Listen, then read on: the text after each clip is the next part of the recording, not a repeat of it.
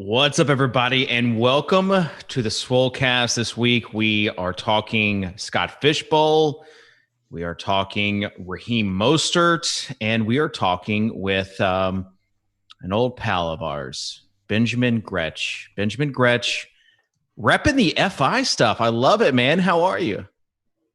I'm I guess a little surprised. I put this on, and both you and Davis had yours front and center, and now we're all buddies. I didn't know you crazy. Guys would still have all the swag right on hand. R.I.P. FI.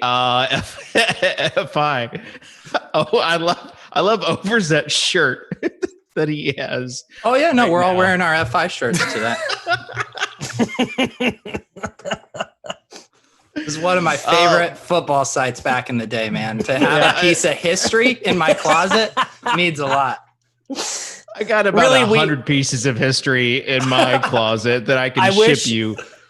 I wish Tuttle was here for the remembrances of Fantasy Insiders, because nothing makes me more happy than when Tuttle and I remember the early days of Fantasy Insiders. Well, nothing makes Tuttle less happy than talking about the Scott Fishbowl. So here we are. So it's a draw. As far as the Scott Fishbowl, obviously we have some stuff to talk about, but I want to start by wishing a guy that we know, Jack Miller, at Jack Miller 02. I just want to wish him a happy family trip that he's on today. And I really hope it's possibly the toughest of scenes for our buddy Jack Miller. Hang on, sorry. Who is Jack Miller? It's a question. It's a question that a lot more people would have been able to answer that question had he not been too busy, like playing ping pong with his grandma right now. He gets one Silva bump in Big Times the Swolecast. I mean, imagine the stones on that kid. So he was writing in high school. It's very kind of like Davis-esque, and as far as like writing in high school about fantasy sports, he was on the fantasy underground stuff with the Podfather on their fantasy underground stuff. Yeah, what's it? Yeah, like I always call it player profiler, but it's like Roto Underworld. Roto Underworld, same thing. We don't want to give too many free plugs around here. But anyways, we said, hey, let's invite him on. He's been pretty sharp lately. He wrote for the Best Ball Draft Kit last year when FI was still around. So let's give him a chance. And so Peter sends him a public invite, and he just waves Peter's invite. Sorry, can't do it. So Jack, you might be dead to us right now. He's been canceled. He is for sure canceled. I will never give him another click at RotoViz ever again. I will never support anything he does. I used to think he was a sharp, and he revealed himself to be the biggest donkey in the industry. So he might be yours. He might be your Jacob Rickroad then, Peter, right? I would be honored. Jack Miller actually writes fantasy articles, so that'd be tough. Uh-oh. Here we go. Boom. Tough scene for Clutch Fantasy. Are you gonna introduce Gretsch, bro? That's the best beef that's the best beef on fantasy Twitter, by the way, because you guys just go at each other like really hard, and like it's all passion. Like it's not like a big public feud. It's not a bit either. They following both of you at this point. Oh, it's not a bit. It is quite legit. It's a very aggressive feud. Talking with Ben Gretsch right now from CBS Sports, FF Today podcast. He's big time. He's amazing. Do you have a check mark on your name now, Ben? I do. Oh wow. Tell Davis how that feels to have that check mark. Dude, it's just, all right, whatever. All right. It's so disappointing. I mean, I'm not gonna lie, it feels pretty good. Especially if Davis doesn't have one, it feels good. I mean, you don't want a check mark if Davis has one. That's when it ceases being cool. So we have to talk about Scott Fishbowl, and we're definitely going to talk about Ben's draft because Ben's division just rolling over for him. Oh, come on. I've never thought granted, your division didn't roll over as hard as JJ's division rolled over for him. I've gotten a ton of values. There's a ton of luck in this. I feel great about the players that were available to me at times I picked. At the same time, it's more just a quirk, I would say. I don't want to go at my division mates because I don't think any of them really made bad decisions. It's just been situations where they're like going to different positions and a position gets forgotten about, and that's the position I need, and it's just working out for me perfect every time. Are you running for office anytime soon, Ben? That is very smooth. Ben is going to be the new leader of the autonomous zone in Seattle with political diplomatic speech like that.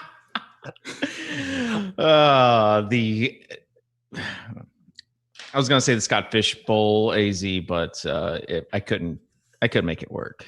Hey, shoot Devin, can you cut that part out?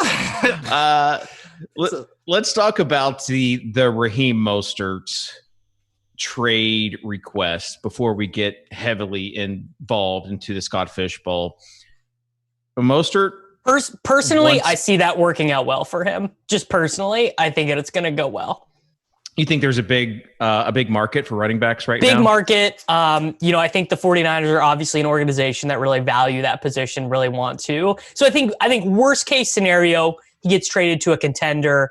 Best case scenario, they give him, a nice little pay raise, and they totally respect the decision making. I think it'll work out. He wants to make as much as Tevin Coleman, which honestly seems like a pretty reasonable request. But the thing is, it is a fully rational request.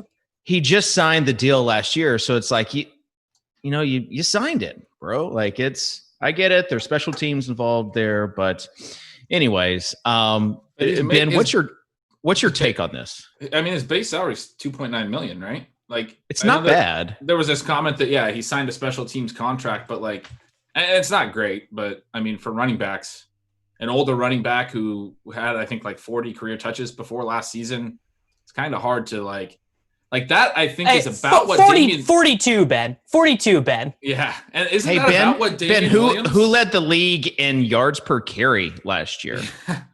Yeah, no passing game work, which is obviously anyone in analytics Twitter recognizes as more important to running back value. But isn't that close to what Damian Williams signed, his extension with the Chiefs, after he came out of obscurity and had a good end of 2018? I mean, I think his extension was like 2 years and he was getting $2 or $3 million a year. I mean, Mostert's a very similar late blossomer type guy. I don't know why he wants – I feel like it's a fair contract. Yeah. I mean, it sounds he just reasonable, wants to but be paid like the starter. Yeah, I also don't blame him, or don't blame any running back for trying to get as much money as possible when you're actually relevant, because it's tough until then. Peter, you have something you want to say right now. No. I mean, I always have something I want to say. Unlike Davis, though, I'm a little more willing to kind of be patient and pick my spots.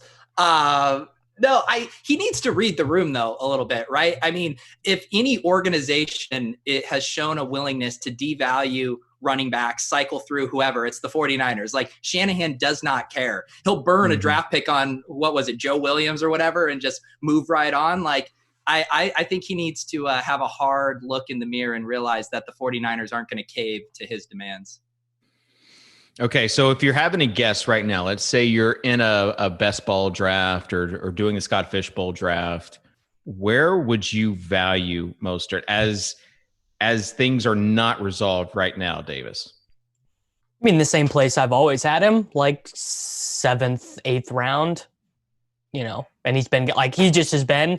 You might actually get him there now. You could take him now. Very similar to his teammate Dante Pettis last year.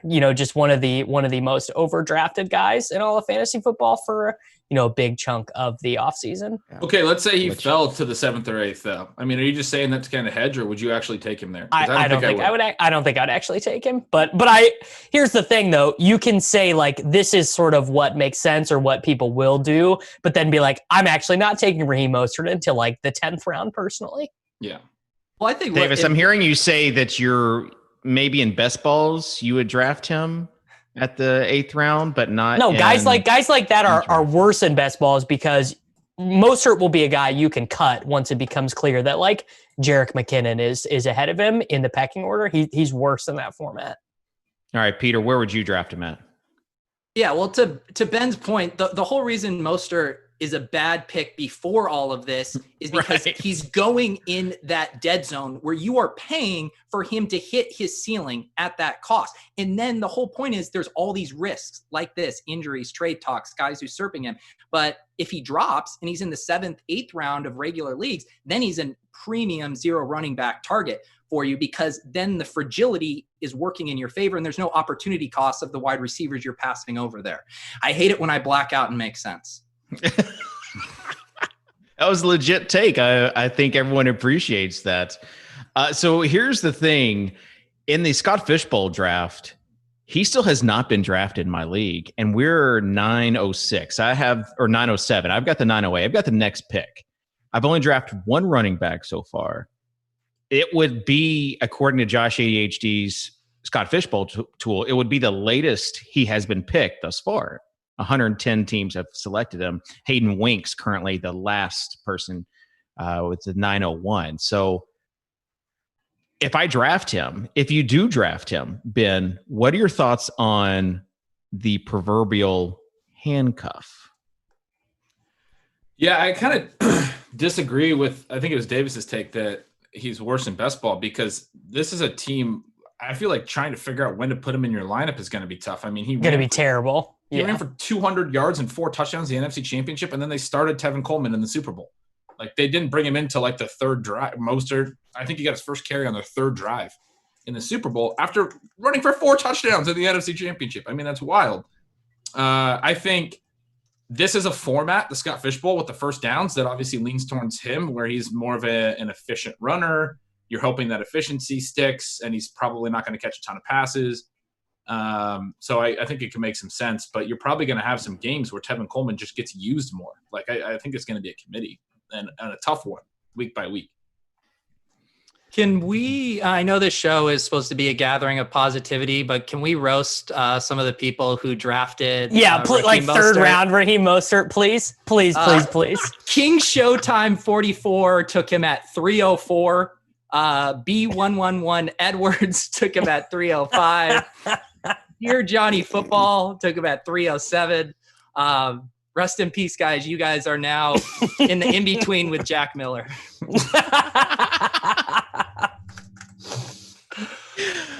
Davis said the people that have drafted Raheem Mostert, I want to quote him directly on this. He said the people that have drafted Raheem Mostert is like the inverse for the people that have drafted Noah Fant, Mike Gesicki, and TJ Hawkinson. I thought that was interesting because I looked at the Gesicki and the Hawkinson, and obviously some sharp people were on there. I think Davis threw the Fant name in there because he's the guy that drafted Noah Fant. Literally no other sharps that I saw on Noah Fant except for Davis and at balls_fan_Matt. So Davis, did you put that in there because you drafted Noah Fant? No, that's just a tier that we all agreed on. No one's taken Fant so far. They will. I mean, it's very. They're like, they project like the exact same. I will say, Ben, are you surprised? I thought tight ends were going to be flying off the shelves, off the board faster. And my guess is you probably prefer the elite tight ends and then that 2nd tier of breakout, and you ended, or the 3rd tier, and you ended up in that middle tier because you were just getting insane values on those. Yeah, I probably would have been targeting Gesicki or Hawkinson where I took those other guys, and that's one of the runs that I was referring to in my draft, where I went running back at 1 with Christian McCaffrey, QB, and then I went wide receiver. There's a lot of value at that point, and I also really liked stacking the Week 13 buys with McCaffrey because I feel like I'm committed to trying to get a buy in the playoff structure. So now I have 4 Week 13 buys. If my team doesn't get a buy, I'm screwed. But wow. That's why you get paid to do fantasy football for a living, because I haven't even thought about a bye week this entire draft. Someone mentioned bye weeks in our league chat, and I was like, "Oh, bye weeks." So in this it worked case, out. the regular season is week 1 to 12. So McCaffrey with the week 13 bye won't miss a week of the regular season. And if I already think it's going to be tough to win without McCaffrey in week 13, why don't I just take more guys like that, give myself a bigger edge in the week 1 to 12 regular season? And I have 4 starters now who won't have a bye during the regular season. I hope that gives me an edge toward getting the week 13 bye. Because if I don't get that, I'm done. So that's kind of what my whole team hinges on at this point. But after I took those 2 receivers, I was like, okay, I'm going to probably be targeting tight end next. And between that turn and the next turn, my league didn't take a single tight end. And so, that's one point where I would say, like, collectively, it was probably a mistake. But everyone individually took good picks. Like, they took good running backs, good receivers, good quarterbacks. They were just targeting different things. They had different draft structures. And I'm the one who ended up benefiting because that's the only position I hadn't hit yet. And it's like, oh, great, I get Darren Waller at 6'12", and I get Evan Ingram at 7'01". That's okay, I'll take that. Ben Gretsch, there's lots of good people on both sides. Lots of good people on both sides. Lots of good people. Drafting Melvin Gordon in the 5th round and letting letting Darren Waller fall to the 701 or 612 rather. Yeah, Ben's team is definitely the most unique team. Obviously, starting Christian McCaffrey and then somehow getting Russell Wilson and Kyler Murray coming back around. Then he gets Waller, Ingram, and Hunter Henry. No surprise, his second running back is Rojo because he is one of the original truthers, and he's not going to let that one go. He's got Debo, Christian Kirk, Evans, DJ Moore. I mean, just a loaded team, Ben. Do you feel – I'm guessing you feel good about the squad. Yeah, I've never felt better about my Scott Fishbowl team, which means which means you're screwed. I've never been more pessimistic about the 2020 season happening in full. Something's going to go wrong here. You know what it reminds me of? It would be like if you created this kind of new, interesting, unique fantasy format that pulled in lots of different leagues and you organized and whipped up a site for it and got a lot of buzz going, and then all sports were canceled. It would be like very similar to that. Yeah, like if we did like a whole podcast about it, Ben, even. Great time to launch that. Hey, that podcast is going to get some clicks in January. I promise you that. Yeah, January 2023, maybe. I think would be a good time to push that one back out. Remember when you said no inside baseball this episode, Davis? I am sticking to it. For those, just to recap, Too Long Didn't Read, Ben started an awesome fantasy format where every fantasy sport is in play except like esports. And I called it a fantasy sport, Peter, so don't get mad at me. Don't give me that look. Like I legit grouped it into a sport. I mean, by the way, when we run this back, we need to add the Chinese LPL into it, Gretsch. Yeah, I'm going to need some help with figuring out these leagues that you guys are all following. So one big fantasy league with every sport, and then all the sports just get canceled. So tough scenes there, Ben, but you're making up for it with a Scott Fishbowl. And let's give Scott some credit. Strong time to launch that idea, right? That requires all the sports right before. Really strong time. Yeah. Another great idea, though, is a Scott Fishbowl. His like the scoring system. You have seen 800 different like roster builds. Basically, everyone is different. Some people are going like the Podfather going robust running back. You've got some people going zero running back. You have some people that claim they were zero RB truthers, and they claim stick to it. Yeah, it's interesting. I would have been Peter, right there. Defend yourself. I didn't want to take Saquon. I wanted one of the 2 quarterbacks, Mahomes or Lamar, there at the top. They went 1-2 in my draft. McCaffrey falls to 3. What's your move, Gretsch? Who do you take at 4? Because I know you're a purist too. I need to be let off the hook for this pick. Wait, so explain to me what happened again. I wasn't paying attention. Oh, God. McCaffrey. Now we have 2 Davises on this show? McCaffrey, Mahomes, Jackson were the top 3? Yes. Yeah, I would have taken Barkley. Okay. So, but I wanted ideologically. But what if your whole brand was built upon the zero RB? What if you tried to bond? You were in a group chat with Shane Battier. Yeah, we have Shane Battier in our group chat being like, he's just sticking to the principles and Pete's trying to buddy up with him. And then he starts his draft taking Saquon, like basically ruins the chance of building this friendship with Battier. Yeah, that would have played into my calculation. I So literally there was would be in the a French graphic. Riviera. Oh, God. There's a graphic. I would be in the French Riviera eating brunch with Shane Battier talking about 0 running back targets right now. And instead, I'm in the content mines reposting counselor Instagram stories. And all you had to do was take graphic. Mike Thomas. The graphic someone created that had Pete basically in the middle thinking about who to draft. And on one shoulder, it was the angel, Shane Battier, whispering in his ear, 0 RB. And on the other shoulder, it was the counselor in the devil's costume telling him to pick Saquon. And he succumbed to the dark side. So that is how it is. Though. It's like a worse version of my team in every way.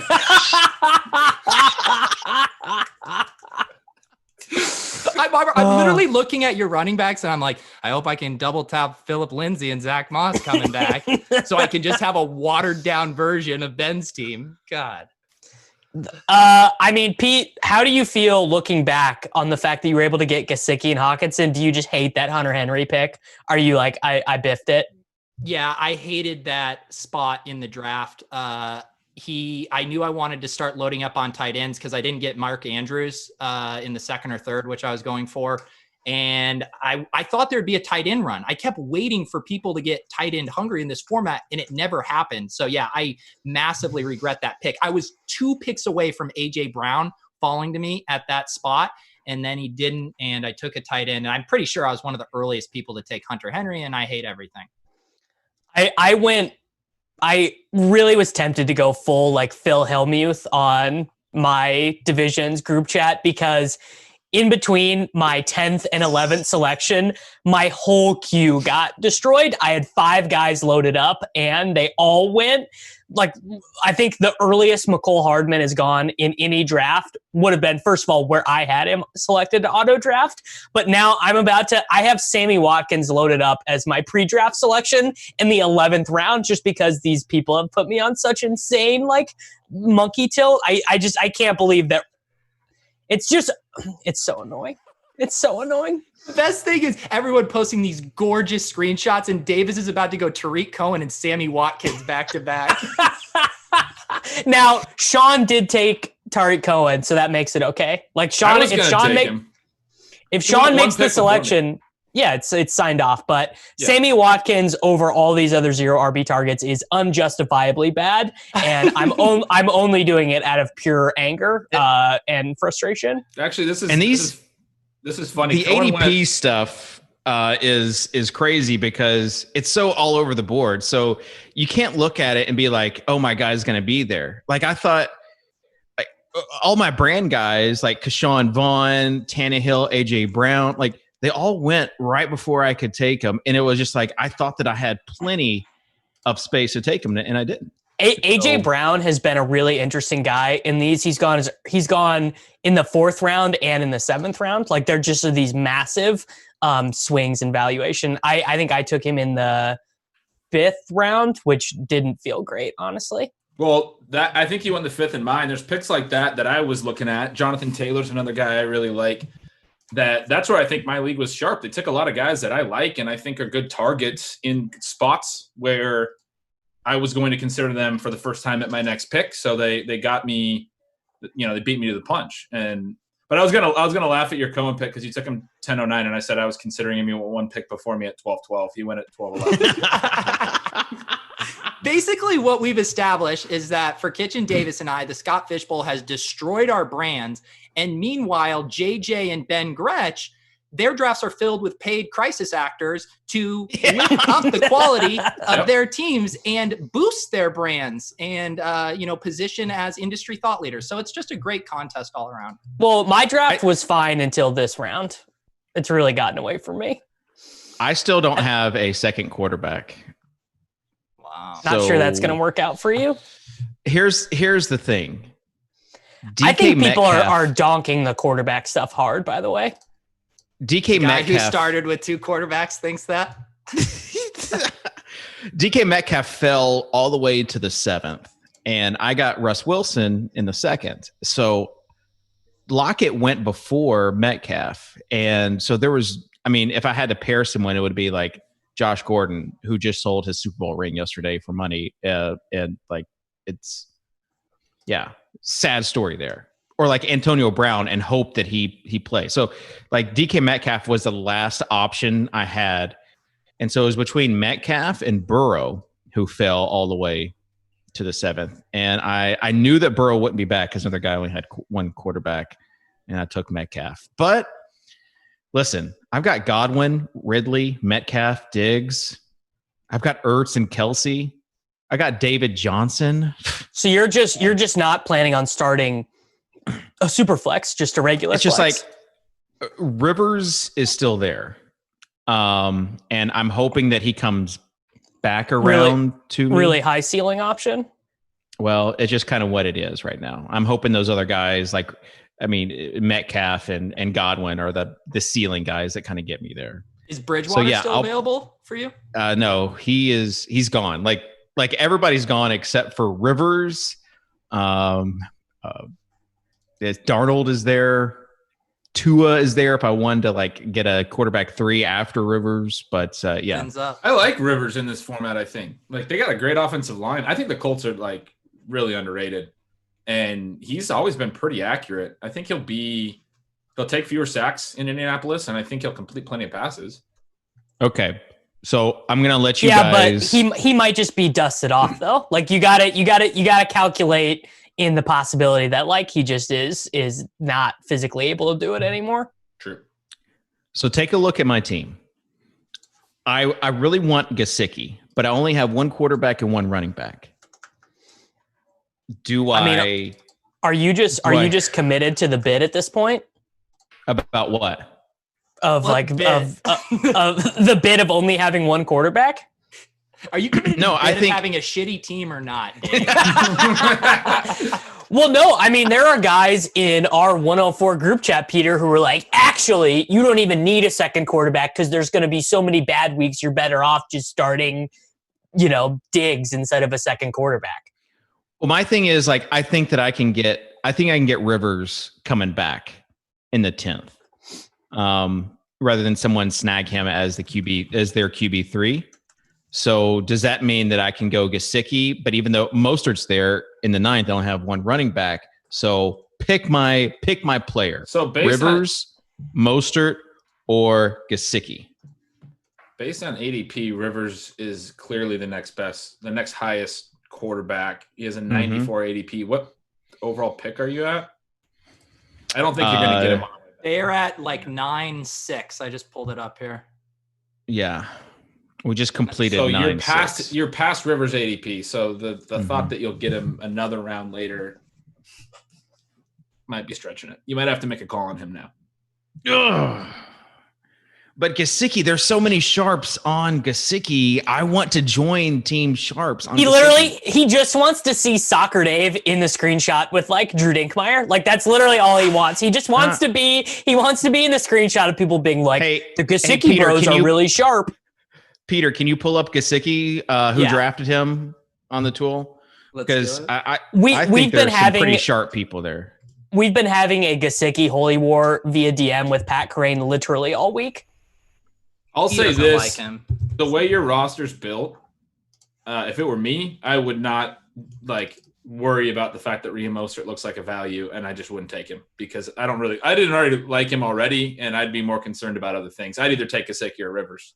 I like Gesicki a ton too. I didn't get him, but all right. Well, Gesicki, you've got the franchise 12, Drew Dinkmeyer, late round QB, Pat Thorman. The Siege. The Siege. Peter Overzet? Is that Peter Overzet I see? That's right.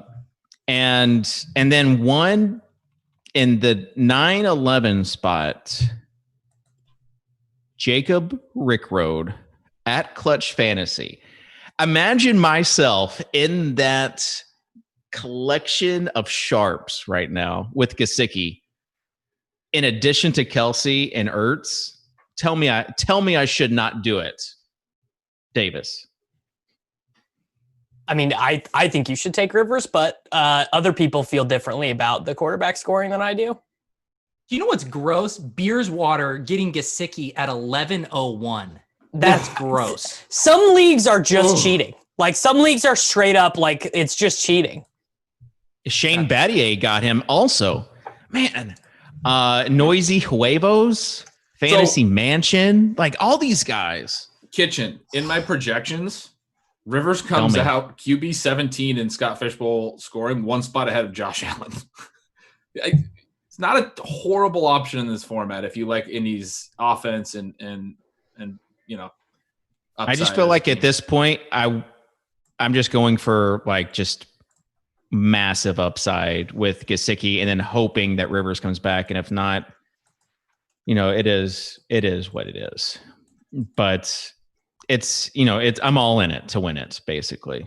Not going to hedge it like Davis is with his vanilla roster. I just want to win this thing. So what is vanilla? What is vanilla about my roster?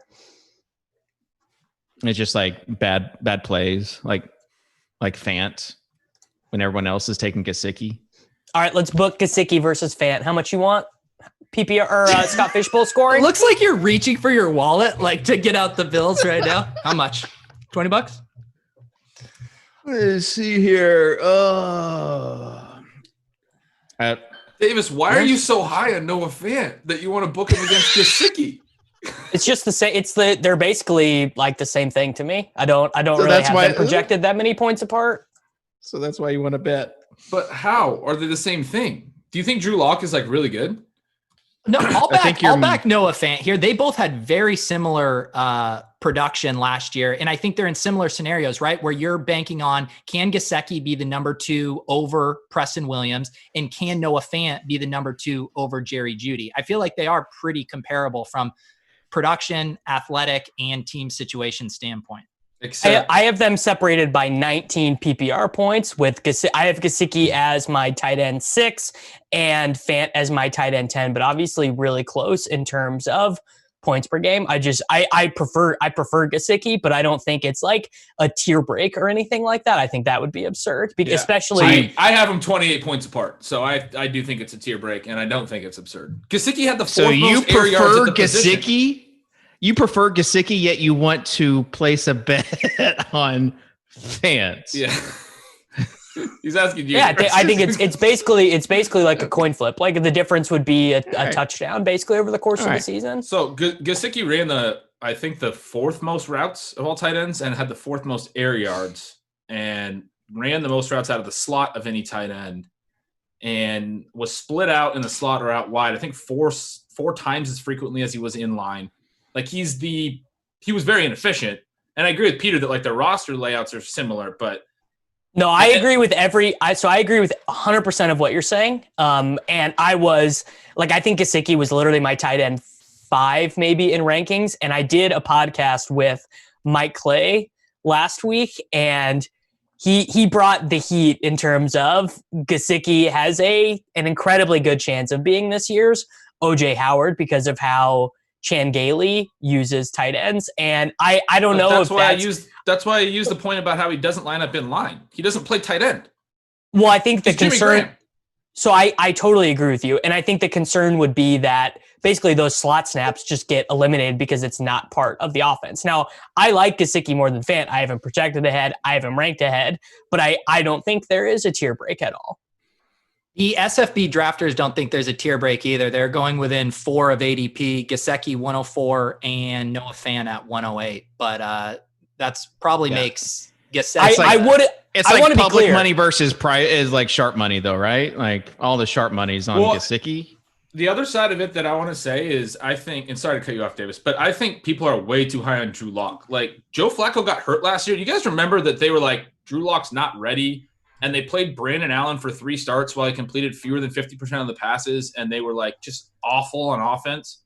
And except for I think they won one game because that was the game that Cortland Sutton threw a TD or somebody threw a TD. So I'm not high on Drew Lock. I think that KJ Hamler and Jerry Jeudy are, basically not going to be ready for, a combined 180 targets in year 1. And also the history of Okay, the history of first-round tight ends that produce as rookies is really limited because there just are not that many guys. But basically, like the number one thing you want to see from rookie tight ends is just like, were you able to get on the field? Were you able to play a bunch of snaps as rookies? If so, like your range of outcomes just includes so many better positive cases. And I liked Fant more than Hawkinson as a rookie, anyways.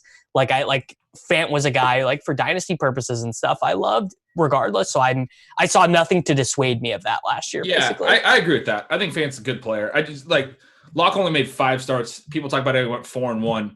He threw fewer than 30 passes. No, Locke is not good. I don't think Locke. He is might good. be. I just don't think we know. I think they really tailored those starts to bad defenses. If you go look at the schedule, 3 home games, and I just don't think we know.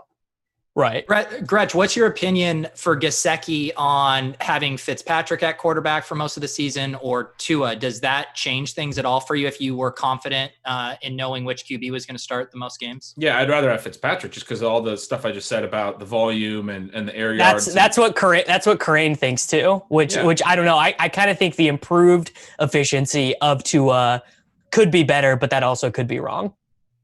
It might be. If Tua's really good, I mean, that won't hurt. Yeah, I mean, if Tua is like, a 7.8 adjusted yards per attempt quarterback or whatever as a rookie, like really absurd. Like clearly that'll be a win for Gesicki. Yeah, there's not a lot of rookies that do that, even good ones, Yeah. All right. So, any regrets that you guys have, like after a couple of picks? Gretch, I'm guessing you don't have any. So I had a big one when I took Rojo and I can't remember who I took. You take him over Vaughn? Sick brag. Regretting a player No, I got wait till the sniped brag. on. Let me finish the brag.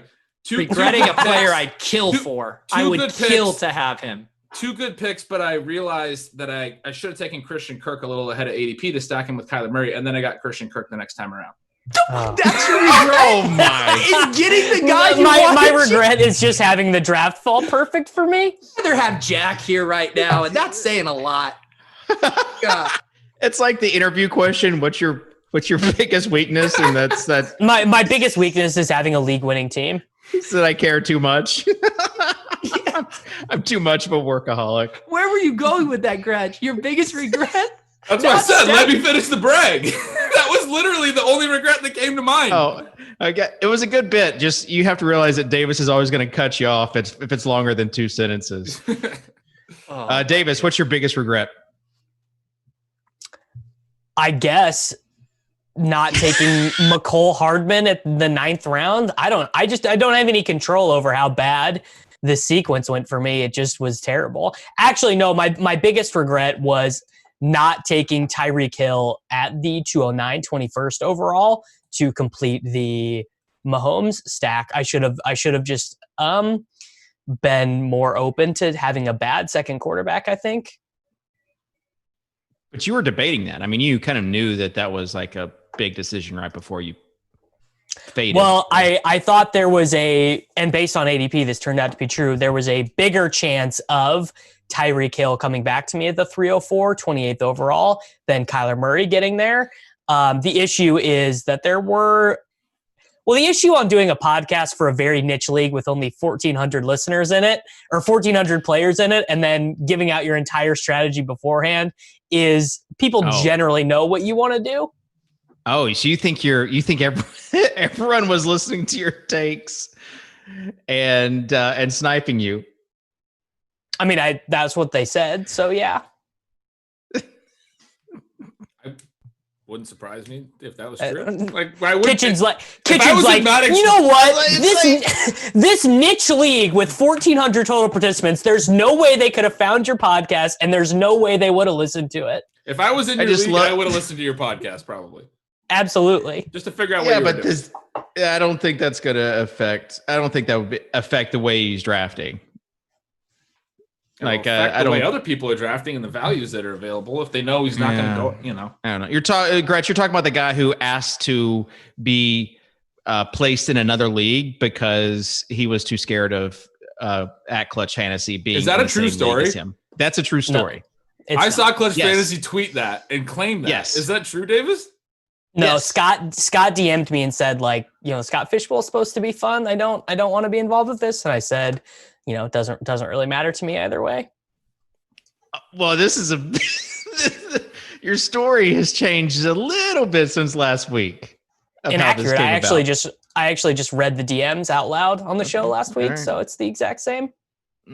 Okay. Peter. What's up? Regrets?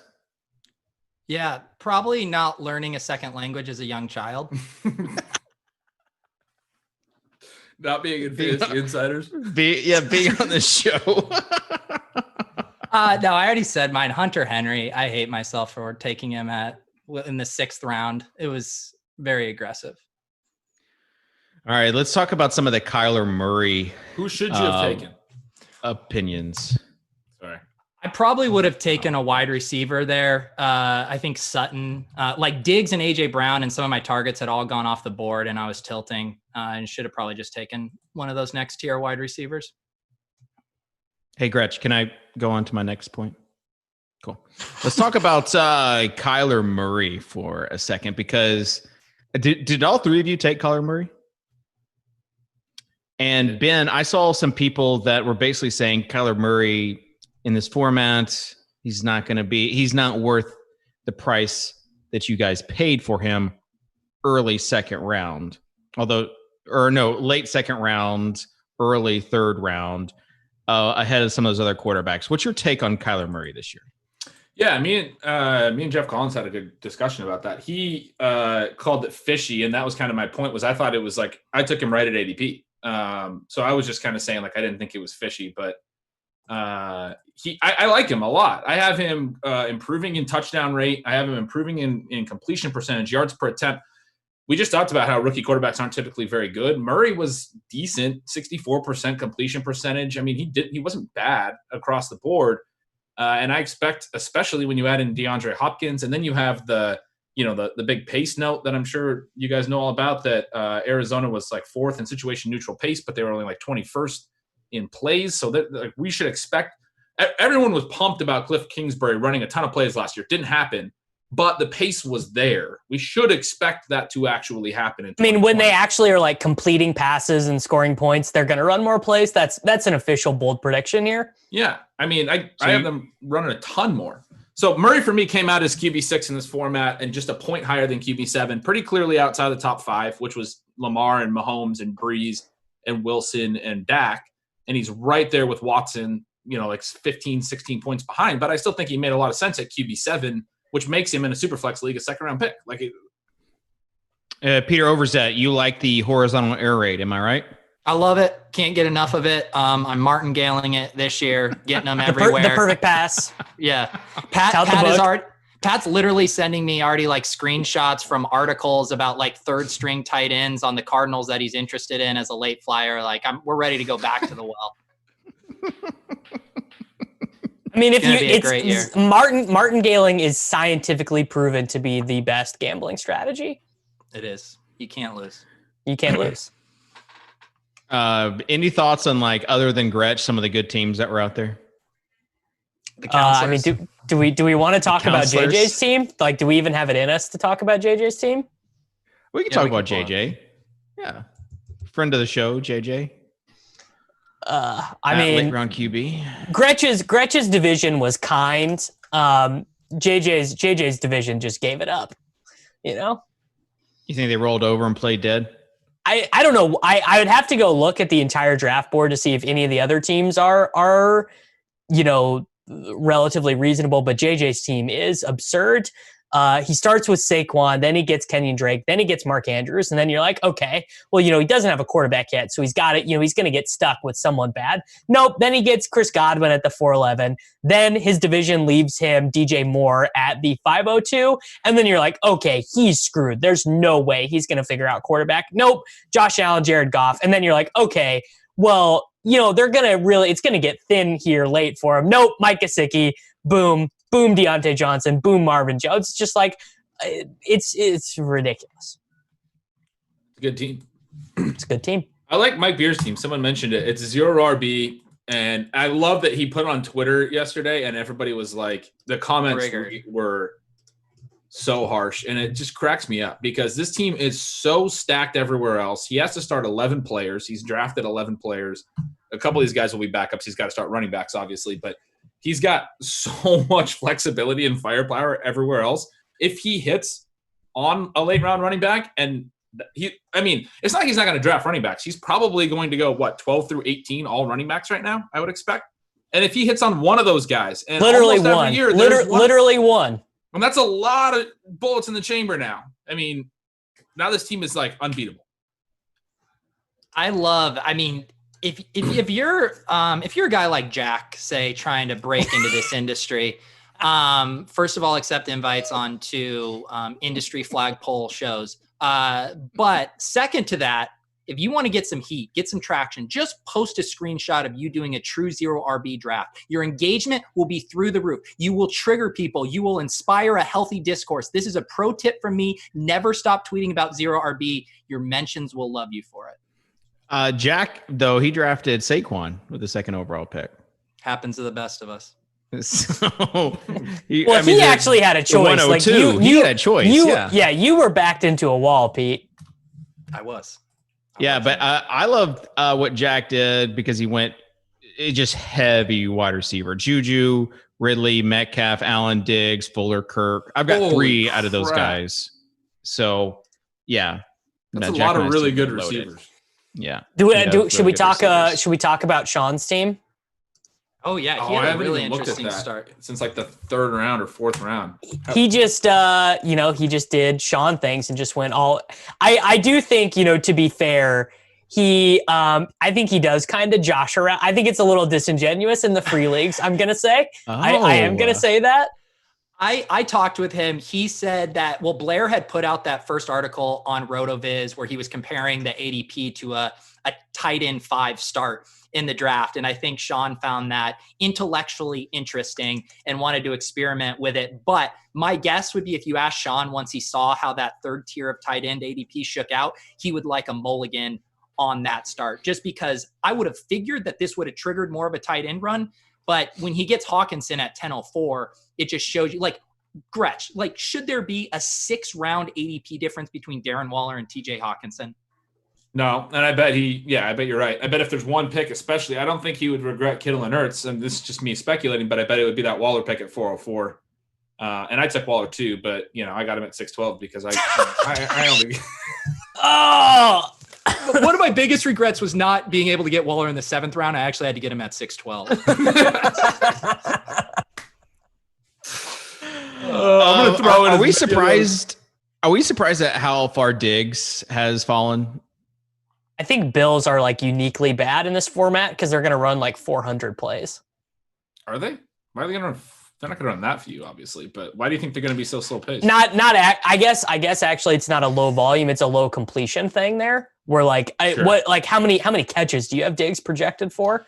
I bet if I went and looked right now, I bet I have him projected for like startlingly low. I have him at 79. So my thing with Diggs is this. They gave up not just a first, but a 4th, a 5th, and a 6th for a 7th back. They gave up a legitimate number 1 haul to get Diggs. And wow, I'm even higher on him than you are. I didn't think I would be. And then you look at what he did in Minnesota the last 2 years. They basically pigeonholed him. 2 years ago, he had like 148 targets at this low ADOT. Last year, his ADOT goes from like Michael Thomas range to like Will Fuller, Deshaun Jackson range. And he puts up an elite deep threat season. This guy can win at every depth. And now if the Bills actually throw to him at every depth, I think there's a potential, even though, he's going from one low-volume team to another low-volume team. I basically think the Vikings pigeonholed him, and he's shown them Do we think that Josh Allen has the ability to complete deep passes? Well, I just think that his targets and will be more valuable, for sure. Yes, and more valuable, exactly. Even than 2018, where he got more than I'm projecting here, but at a low ADOT. He'll get some deep shots. He'll score some long touchdowns. I mean, look how efficient he was last year. That's the argument I reject. Like, if you want to just talk about Diggs in a vacuum, but the people that don't think this is an upgrade in situation, I mean, they're going to run more pass plays than the Vikings did. And he's going from being like the 1B with Thielen. Yeah, he's just straight up alpha one in that offense. I mean, the issue is Kirk Cousins is like 3 times the quarterback that Josh Allen is, though. And I do think that, like, I actually wouldn't surprise me if Diggs scores, like more fantasy points per game this year than last year in Minnesota, but ends up being one of those dudes who does not have a high win rate because there's going to be a ton of like 3-for-16s in there. So Cousins is really good, right? How much is good? How much of it is the fact that he has had Diggs, right? And he had Deshaun Jackson early in his career, and Deshaun Jackson's an interesting guy because he's always made the efficiency better. Right. And he's always had really high yards per target. Diggs last year, almost identical stats to Deshaun Jackson's average 16 game pace from his first 1,000-yard season to his last. It's like an extended prime. Their 16 game paces almost identical, except Diggs did it on about 15 fewer targets than Deshaun Jackson used to average, which is just like he was a legitimate better than Deshaun Jackson deep threat last year. That's how good Diggs was last year down the field. I think creates some of that for Cousins. They're gonna feel it, right? Turning those targets to Olabisi Johnson and Justin Jefferson and Tajay Sharp, like they're gonna feel that for sure. And he's going to get open in Buffalo, and Allen will wing it, and he'll throw several 15 yards over Diggs' head, but probably a couple will land in his breadbasket. Will be like somewhere in the catchable bucket, hopefully. Right. All right. Legit or bit, because you weren't around last week, Ben, Cam Newton has a top 10 quarterback this year. Davis has him QB8. I do not have him QB8. I have him projected at QB8. I have him ranked as my QB14. I'll say a bit. Oh, okay. All right. Yeah, it was projection week this week. So where do you have him projected? I have him QB13 and 4-point and QB16 and 6-point per TD. How many rushing attempts do you have him projected for? I've got 91 carries, 437 yards, 4 rushing TDs, which is potentially low, but I'm expecting that Belichick won't run him into the goal line 100 times. Well, that's totally 4. Whew, I had him at 4.3. Gretch, might want to check the inputs, brother. That's totally where I have him at. So you must just have them being like a very bad passing team. I have him only thrown 541 times. I have him being a little more slow and run heavy. And how many passing touchdowns? 26. I can't figure out why your projection is lower than mine. Well, maybe I'm just higher on a lot of other quarterbacks. Maybe I can figure this out after the show. Actually, yeah. I mean, the 3 guys I have ahead of him in 4-point per passing leagues are all within 7 points of him. Like he could easily be top 10 with, a couple extra stats. Kitchen, let's rebrand the Swolecast. It's a projection workshop show. We bring on the biggest nerds definitely a workshop in the industry to workshop their projections. Oh, we don't do projections, so we make fun of everyone who does. Exactly. I would pay $10 to see Kitchen's projections if he found a way to rig them up. I would pay. They would be pretty vanilla because I would just take everyone's projections and then just run the aggregate, and then run the aggregate.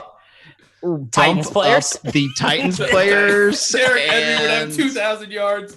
Right. Wisdom of the crowds with a little Titans premium coming to Soccer Dave's website, $39.99 a month.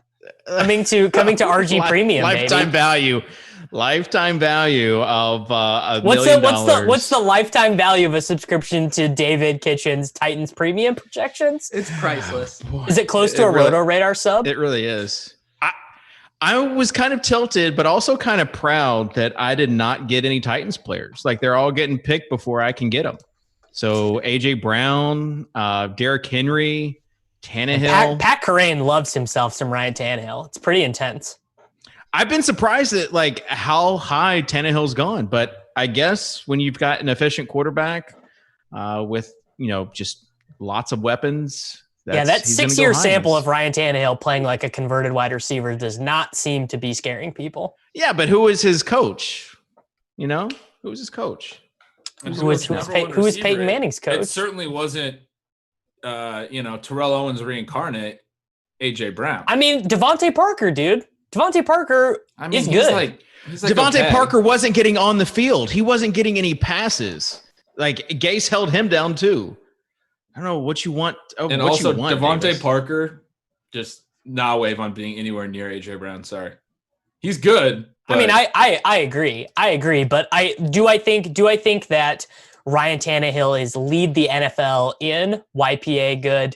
I do not. No, but something's going to happen. This is a point that I'm seeing missed by a lot of people. Something's going to happen with the Titans is if you regress their player efficiency, they run more plays. They have to run more plays, right? Yeah. They are two of the four lowest pass attempts in the last 6 years are the Titans the past 2 years. And last year in particular, it was because they were so efficient throwing the ball and running the ball down the stretch. They throw almost no passes down the stretch. If you regress that efficiency, you have to allow them to run more plays in your projection. Their offense will regress back in volume. I think you can make a pretty good argument that A.J. Brown is about to become the best wide receiver in the NFL. When you look at his size and his projection and where he reminds me of he really can Julio be. Jones. He can be. Michael Thomas and Devontae Adams, they're good players, but they are not. They're really just fancy ceiling. Julian Edelman.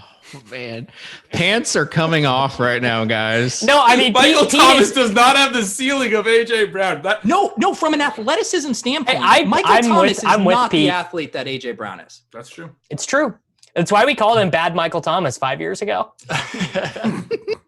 I mean, literally only real fans know. What I'm really trying to do is, now that Dave destroyed his brand by not taking A.J. Brown in the fishbowl, I'm trying to sneak in as the preeminent A.J. Brown truther. And I raised the stakes so high. I just said he's the greatest wide receiver ever. he just said he's better than Michael Thomas and Devontae Adams. You're not replacing me, but I am allowing you on the team. Thank you. So, and Davis drafted A.J. Brown too. So we've come a long way from last season, Davis fading A.J. Brown every single week, even though all he did was score long touchdowns. Do you guys know how hard it was to take Mike Evans over A.J. Brown? I mean, you have Mike Evans sitting there looking at faith, you. Bless your heart. Faith in a geriatric quarterback. Bless your heart. All right, closing thoughts. Davis, closing thoughts. Everyone in my division, I absolutely despise you guys. Legit don't like you for making me take Sammy Watkins in the 11th round. All right. Peter, closing thoughts. Yeah, if you have kids, get the Rosetta Stone, have them learn Mandarin. I think going forward, it's going to be incredibly valuable to be bilingual, and that's something you should be focusing on. Mrs. Soccer Dave. What is that? Rosetta Stone employee. So, yeah. Whoa. There you go. As far as the second language, though, Mandarin would definitely be up there for sure. I got it. Gretch didn't get it. I got it. Ben, closing thoughts. AJ Brown is better than Michael Thomas. Do you think the counselor knows a second language? Yeah. Yeah. That language is testosterone. And he's fluent. Right. All right. Thanks to Ben Gretch at Yards Per Gretch on Twitter. He's with the CBS team now, just crushing it on the FF Today stuff. It was projections week this week. So this guy is all signal, no noise. Ben, thanks for being on the show.